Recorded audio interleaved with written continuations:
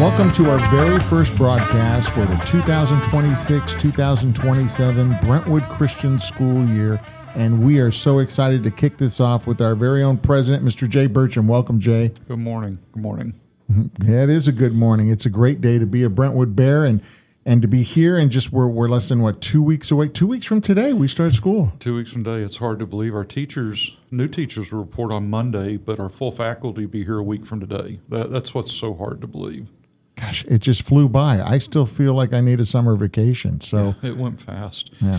One of the things we had talked about in growing up, you went to school, you started after Labor Day and went till Memorial Day.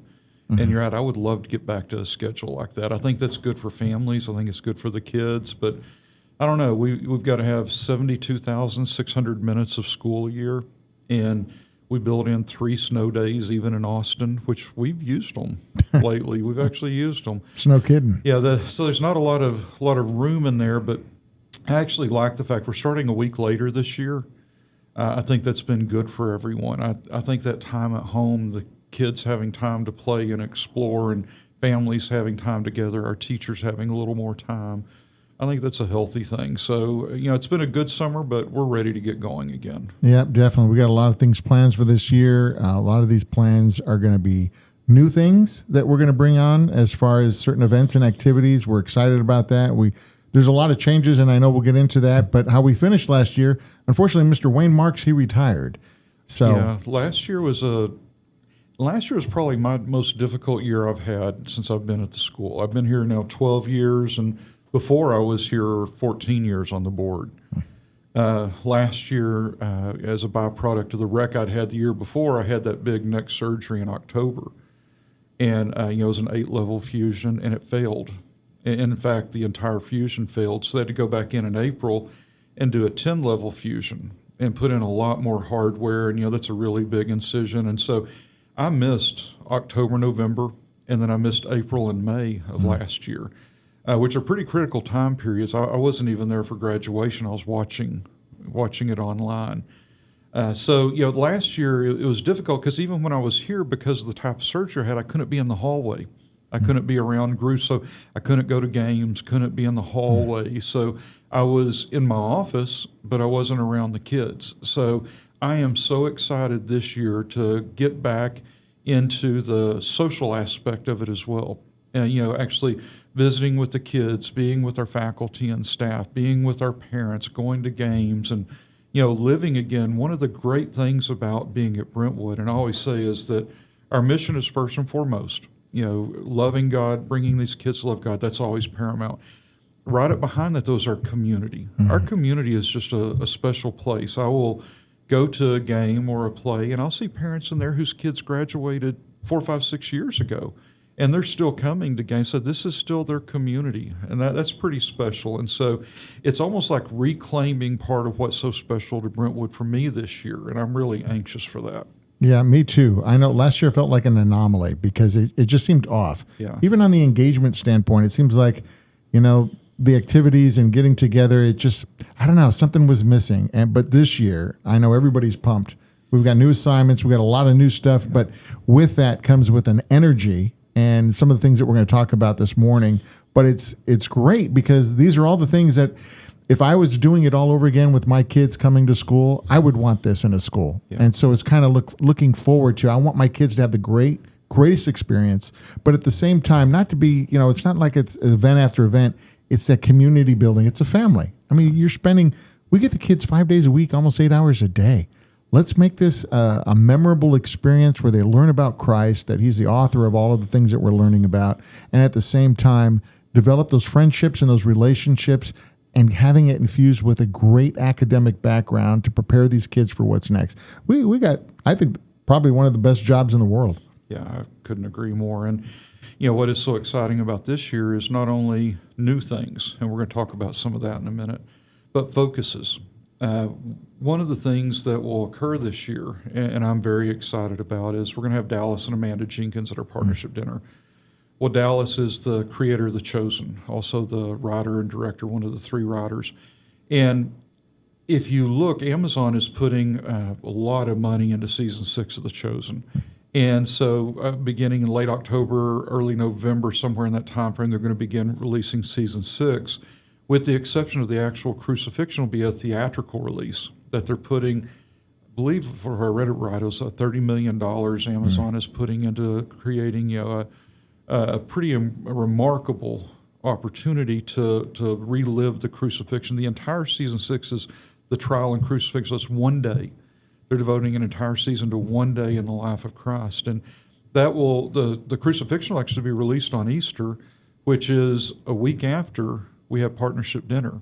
So we're going to have Dallas and Amanda Jenkins, and then a week later, the big national theatrical release. And there's going to be even more exposure on that weekend, because that same weekend, Mel Gibson's The Passion of the Christ Part 2 is going to be a two-parter with the, I'm trying to remember what he called it, the resurrection, I believe.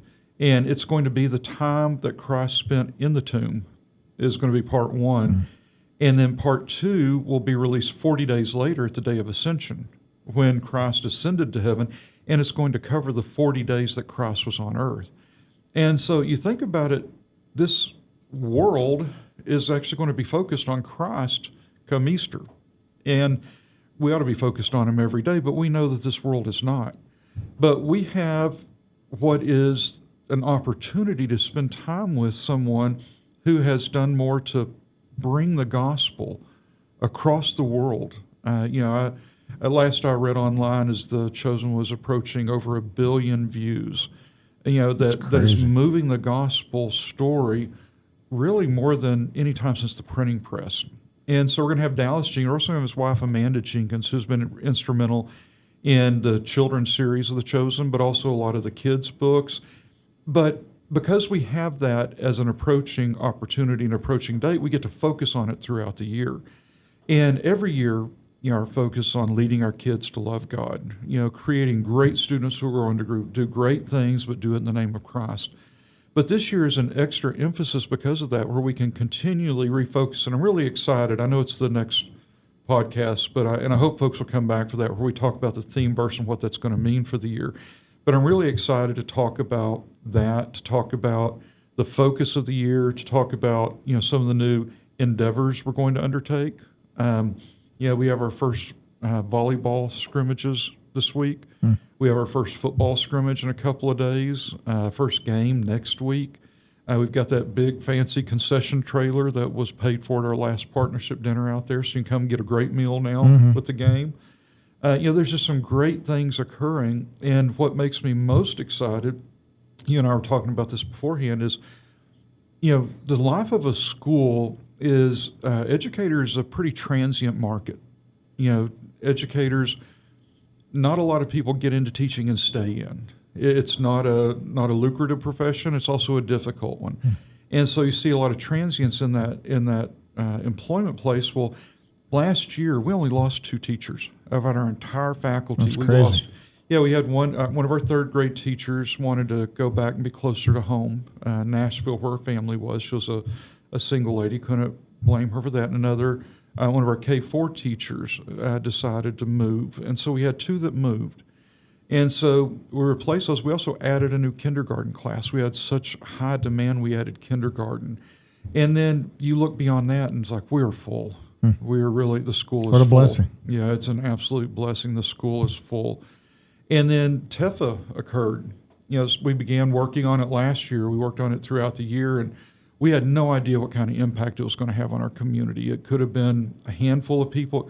We're going to end up well over 200 of our kids on TEFA. That's amazing. And what that does is it gives a family the ability to pay a big part of the bills. And so it makes having their kids here one that is not such a sacrifice for the family. And so all these great things are coming together. And there's one other one, and I hope everyone's hearing on this, and we're going to do a specific podcast as we get a little bit closer to time, but SGOs are coming. Yes. And that's a federal act that will go into effect in January that the state has adopted. And SGO is a scholarship granting organization. And what it means is that this is not to Brentwood, but to this scholarship granting organization, you can give money. And when you do, you don't get a tax write-off, you get a tax credit.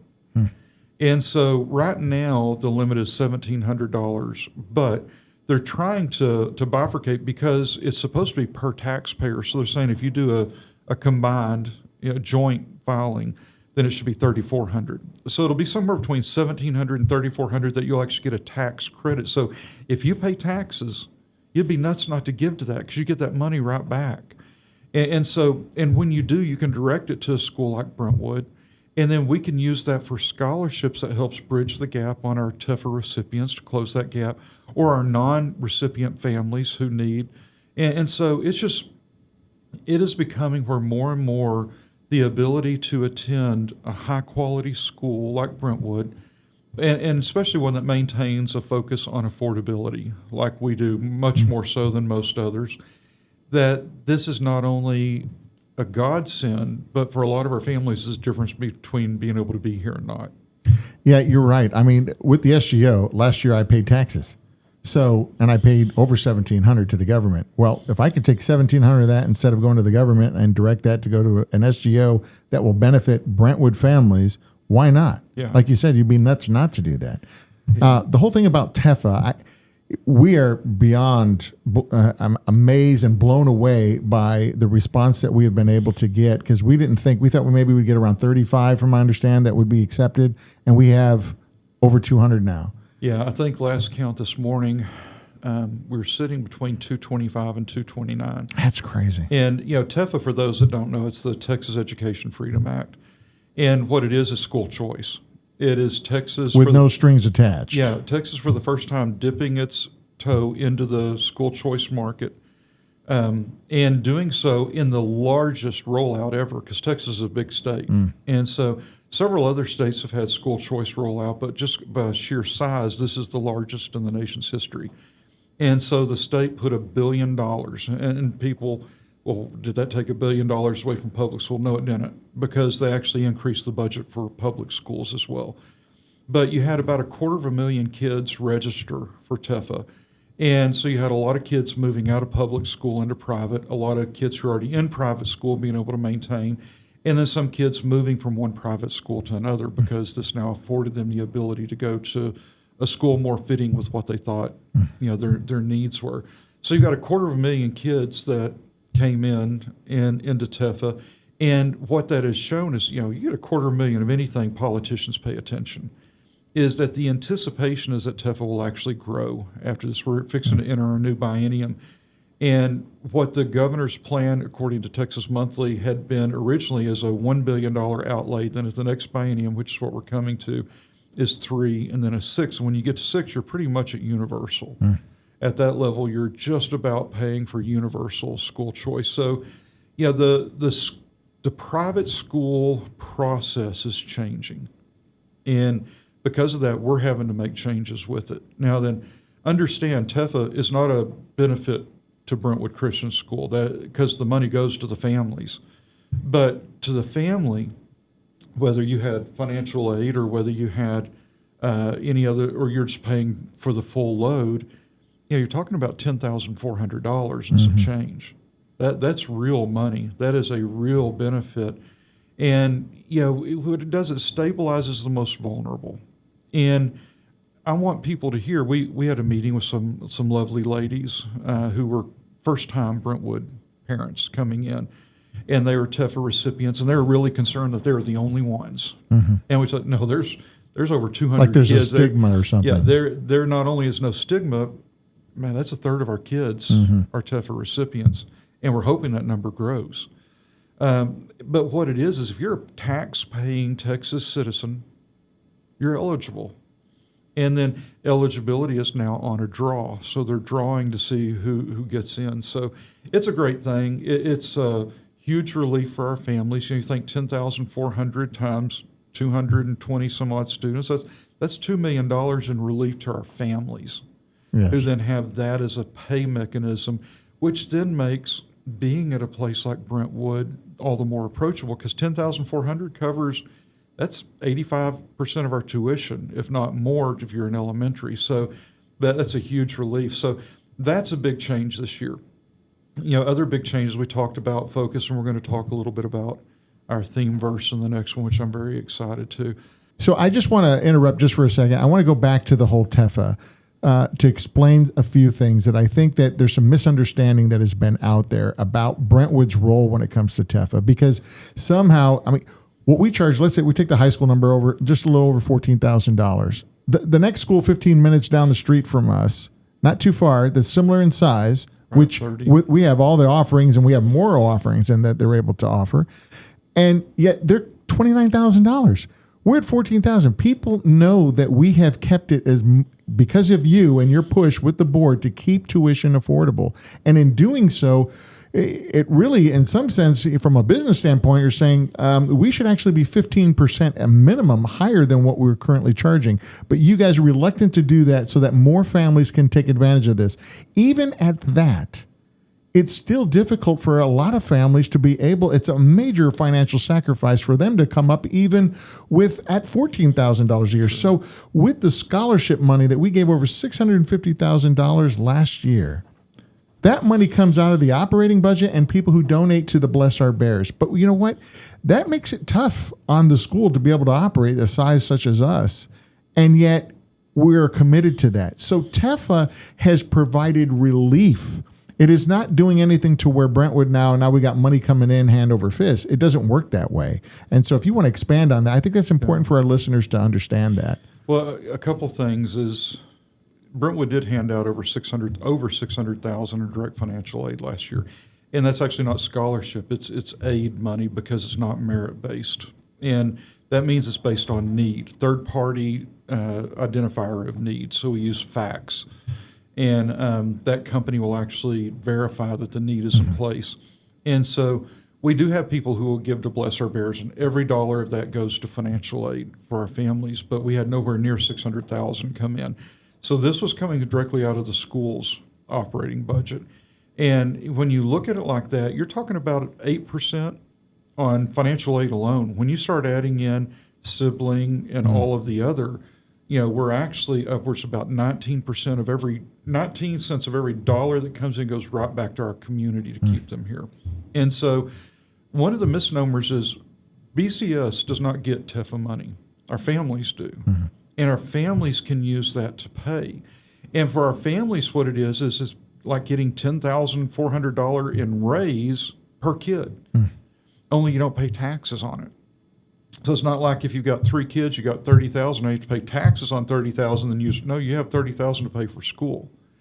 And because of that, we will see more families have the ability to pay their actual tuition, whereas the school was fronting about half of the bill for quite a few of our families. That will be a benefit. But again, if you think about how expensive things have gotten the last, say, 6-7 years, it has gone up much more than 4 or 5%, but we've never increased tuition more than roughly 5%, give or take just a little bit. And that's not just me. That is the eldership of this church has been very prescript with who we're supposed to be, as has the board and as has the administration. We're a family-first school. We don't want families choosing this kid gets to go, this kid doesn't. We want families to be here. We want it to be affordable, but everything is relative. The fact that we are a third the cost of the school down the road, half to third. Well, if you don't pay for that school's tuition, it doesn't mean anything to you. It's real. All you know is you pay here. My three kids went through here. I know what it's like to have kids in a private school, and we didn't get financial aid. Our kids were here. I understand, but here's what I would say: TEFA, for those who receive it, it's a great benefit, and it's a benefit to the family. And then the family has a means to pay the better part of their bill. And that's a wonderful thing for the family, and the school does get some benefit from it, but not anywhere near what the families receive. And all the school gets is that means we're not paying tuition charges for some of our kids. So it's not us getting money, it's just us not paying as much out to have kids that can be here. But we did that on purpose. We did it for a reason. I can't tell you who's on the financial aid committee other than say I'm on it. The school president always will be. So I know who our families are. And when I give those diplomas out in May, and I watch the kids walking across the stage, and I know some of the kids who are financial aid recipients, and I look and, they're leaving on 3/4 to full scholarship somewhere academically. I know that is a life changer for that family. For a lot of our families, they're still seeing first generation go to college, or they're seeing their kids go on and be able to receive an education that they did not think was going to be reachable. We've had kids the last couple of years go over from Johns Hopkins to MIT to UT and A&M to ACU and ACC. But at all of those, the scholarship dollars that are following them, I think last year our graduating class of in the upper 60s had 6.3 or 6.4 million in scholarships. When you look at that, those are real, tangible, lifelong benefits. And you're right. TEFA is a wonderful thing for our families. They're the primary beneficiary of this. The school does not receive TEFA money. We receive payment from our families who now have TEFA as a payer of choice, that if they receive those TEFA funds, they can use it to pay their tuition. That's all it is. And so there are some of our families who can now pay more of their tuition than could before. And so for that, is that a benefit? Sure, maybe, sort of. All it means is the school isn't footing the bill for everything at that point. And so, but one of the things that makes this place special is when you see the kids in uniform, you see who is doing what. You have no idea what kids come from wealthy families, what kids come from families who are barely hanging on. What you see are kids, and kids that come in and succeed, kids that come in and do great things, kids that come in and leave with a lot of scholarship dollars and going. I know some of our kids have gone to some very prestigious schools that are going, and if they didn't have huge scholarships, they wouldn't be getting. Now, those are scholarships because it's merit, it's earned. Right. Whereas what the school had been giving on financial aid was not earned, it was based on need. Definitely. And so it was aid. So yeah, that's the difference, and you are correct. It's a blessing for our families, which blesses the school. It stabilizes those who are most vulnerable. Every year we have families that the engine goes out on the car. They've got to make a choice of fixing the car or being able to be here. Well, this hopefully will set that aside. Because you can't spend TEFA money on your car engine. It's got to be on education. That's right. So, that will help. And so it's a blessing. So if you didn't get it this year, don't begrudge those who did. It is a huge blessing. And I genuinely think if your kids have anywhere from 2 or more years left, you're probably going to get it at some point, unless there is just a drastic change in the legislature that none of us are anticipating right now. When the demographics report came out from the comptroller's office, man, politicians can't ignore those kinds of numbers. They were expecting about 70,000 kids to enroll, and it was well over 250. I want to say it was 280,000. I could be off on that. I need to look. But it was over 250,000 kids enrolled. So when you have a program that's over 3 times beyond expectation, people pay attention. Definitely. And so pulling that is not likely going to happen. And you mentioned politician. I think it's important to recognize that there is also the misnomer that people think that somehow the government dictates what we can teach and what we can't because we're receiving those funds. Those funds go to the families, and that's why it's set that way. We don't have to turn in anything. We have to be accredited, right? We have to be functioning for at least 2 years. There's those basic requirements, but we don't march to the beat of the state. Nobody tells us what we can and can't teach in our classrooms. That's really important, because I'll tell you, when the school choice debates were first started, it was between ESAs, educational savings accounts, which is basically what TEFA is, or vouchers. And I gave testimony, said we would not accept vouchers because that would be governmental pay. And when you have that, then you get into a lot of what families are leaving public schools. And listen, I support our public schools. I went to public school all the way through. Yep. God bless them. My daughter, who's going to graduate from ACU this year, is probably going to teach in public school because she wants to do special ed. And so, our public schools are very necessary. But we also have a lot of teachers who are leaving public schools and coming to places like this because they don't want to do things like pride parades or some of the activism that is going on. Is like, we don't do that, and we don't have to. TEFA in no way creates strings for us, because we don't accept any government money. As you said, Families will receive TEFA money, and it becomes a pay option for the families then to use it to pay for tuition. But that's still us receiving money from the families, not the government. Right. And so those that are worried that could this be the encroachment of the government? No. As you said, as long as we are accredited by a recognized accrediting body, which we are Cognia SACS, NCSA, and SACS is the basically colleges, everything, yeah. Yeah, that's the Southern colleges. So you're talking about like A&M, UT. A lot of those are going to be. We're Cognia. I'm glad you said A&M first. Yes, got to be first in something for all the whoops out there. So anyway, as you go on from there, we're Cognia accredited. Then you have to be in existence more than 2 years because they didn't want people hanging a shingle just to collect money. Exactly. You have to demonstrate you're an actual school. We're an actual school. We've been around over 50 years. It's true. And so I've seen the books. We actually have our accreditation visit coming up in September, which will be our 5-year annual. And we're the first school that's being accredited this year, Cognia. They actually asked us to be a lighthouse school because there's a new accreditation model, and they felt that we'd be a good lighthouse for them. So, families, rest easy. There's no encroachment from the government. And also rejoice for your fellow bears that did receive TEFA. It's a wonderful thing for them. Pray that your number gets called this year, and there's a good chance it will. We saw it go so far beyond where we thought it would, that there's a good chance that it will. And that really is one of the big changes. Now, here's what's crazy. It's a big change this year, but you're probably not going to notice it.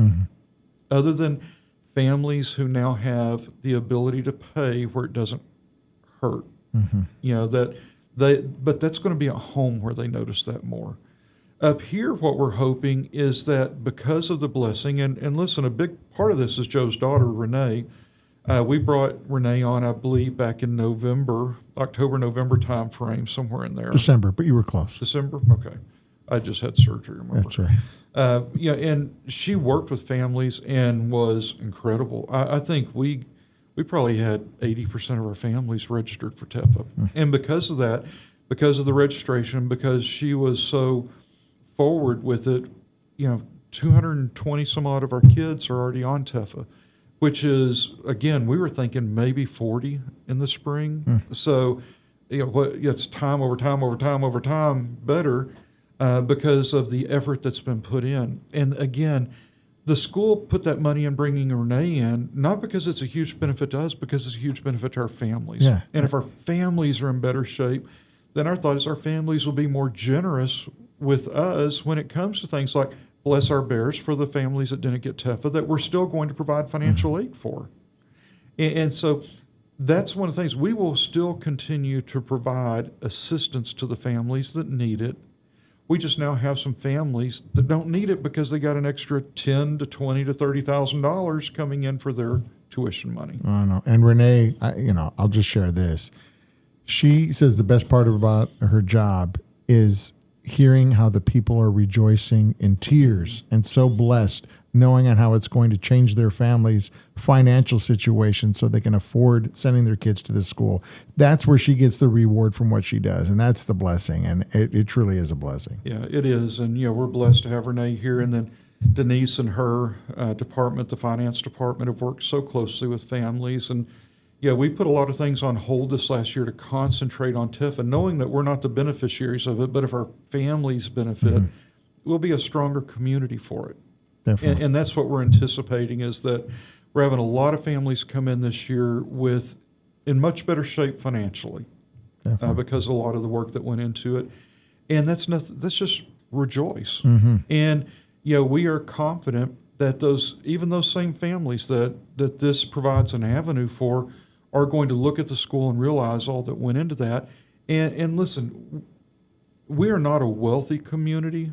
We have wealthy people in our community. We have several very wealthy people in our community, but overall, we're a middle-income family community. But I think that's part of what keeps it special. When you have kids that are in a classroom and you have kids from a wealthy family, you also have kids from family that they're going to be the first kids going to college. They're the ones that are here making family changes because of what they're doing. Well, you have parents that when it is the sacrifice to be here, they want those kids to get the benefit of it. And therefore, the work better get done. When you walk our halls, you will hear, "Thank you, you're welcome, sir, ma'am, a door will be held for you." That's what we expect. Those are not there's the value add. No, that's the bare minimum. Mm-hmm. And our families work with us on that because if they are going to sacrifice to be here, they want the kids to benefit from it. And then being better people is the benefit. And how do they become better people? By learning to love God, which takes us back full circle to where we started. The mission of Brentwood Christian School is to lead students to love God, nurturing them in a Christ-centered academic environment. We will emphasize excellence, which we do, and inspire them then to develop their God-given talents for lives of Christian leadership and service. We teach leadership through service, through learning to love God. And then in that leadership through service, and it's one of the things we're going to talk about the next podcast with our theme verse this year, those leadership opportunities, service opportunities, that's what creates the glue of our community. And then mom and dads, come. Go to the games, go to the plays, go to the events, come to the showings of the chosen, do those things, be a part of this community, and what you will see from your kids is they will become better people because they'll be doing it, learning to love God and putting Him first. And when you do that and couple it with a great education, you end up with, and I'm going to share this last story, and then I know we've got to close. Sunday, we go to Maudie's oftentimes after church service. It's just down the road. And that's not an endorsement. It's just yeah, go ahead. I didn't hear that. I said it's not an endorsement, but go ahead. No. We didn't get paid to say that. They have great breakfast tacos. I'll endorse their breakfast tacos. We go on Sunday oftentimes. And last week there's a little lady in there who's by herself, and we were finishing up when she came in. And this week she came in and she was by herself again. And so my two daughters, both BCS graduates, went over and asked her to come sit with us just because she was by herself. And I was sitting there watching them. They're adult women now do this. And the pride that gave me, and that they were compassionate. It was, here is, an elderly lady and her by herself. And when she came over, she sat down and said, this was the 2-year anniversary this week of her husband passing. And they came every Sunday to Maudie's after church. So she continued to come so that she could always keep the stories in her mind fresh of her husband. So my daughter sat there, and I ended up having to leave a little bit early. I had to take some medicine to my mom, but the girls were there almost 2 hours listening to Suzette's stories about her husband. And they were in rapt attention. And, this little lady came in for another Sunday meal, head down, and left so happy. And she left seeing the witnessing of God in the generosity of time, in the compassion of the invitation, and just in the way that they interacted with her. And as a parent, I sat there and said, every penny I put into this school was the best investment I ever made, because look at the wonderful people these young ladies have turned into. And this school is a huge, huge part of that. As you said, they're here 8 hours a day. 5 days a week. Mm-hmm. It was a huge investment by the teachers, the faculty, the staff, the administration, and the community, because it's parents pouring into these kids too. We really can be difference makers, and Definitely. Your kids can be the difference maker, and this is a great place to make a difference. Definitely. That old expression, it takes a village. I don't believe it takes a village, because you can have village idiots. Yeah. It takes a community where people who put Christ at the center, who will love on these kids, and that's what we're committed to. Yeah. And we're committed to that mission. And with the community, and that was a great story, Jay, because it is true. We could sit here and that's what we should do. We should do podcasts on the God stories that happen here, because I think people, they love to hear those kind of things. They want to be a part of that. And I'm sure they have their own God stories. Love to have them come on and talk about it. But we do have things for the kids and the parents. We got something for everybody. And I did want to make a quick plug. We're going to do the fireside chats. We're going to have only 4 of those, 2 a semester. And that's for parents to come out. And so the first one's going to be on discipline. How do parents discipline their children? We've come to find, now that my kids are older, you don't think about it, but a lot of parents struggle with, I wonder how other people discipline their kids. They're young parents are thinking, are we doing it right? Are we doing it wrong? Or maybe something really works for them. Well, we'd like to invite the parents to come out. We'll sit down. We'll have a great opportunity where we're thinking about bringing food, doing a potluck, and having parents come out and talk about and listening to what other people do, and kind of give some godly instruction on where we see what Scripture teaches on this topic. But it's events like that we want to open up to our families to come alongside them and just kind of give them some extra tools and resources to be able to think about, pray about. And if it helps them, that's what we're here for. We get this one shot, with our kids grow up so fast. And so let's make the most of it. And I know we are going to talk about more about the theme verse and our core beliefs, which I'm excited to get into. So as we close today, I just want to say, Jay, thank you. I'm so excited for our new school year. This is a great kickoff podcast. I like how we kind of set the tone on some of the topics that we dealt with last year and are currently dealing with, and with the changes. And we still have other things that we got a new football coach, so we got a whole different season. We got things that are coming and happening here that we're so excited. Can I throw something in on that? Because this is exciting. I want to give you an example. This goes back to who we are. Coach Wyatt, Darryl Wyatt, is our new offensive coordinator. He was Mac Brown's offensive coordinator at Texas. He went on, he was Boston Colleges, and went to the Minnesota Vikings. And when it came time to retire, he was ready to give up the travel, but still wanted to be at a place he could pour into kids. And he said he visited several of our private schools and just watched the interaction of kids, the makeup of the community. He said saw so much on manners and congeniality. Saw a diverse student population, but within that diversity did not see segregation, just saw kids together. And in the togetherness, not noticing the racial differences, because culturally they were one.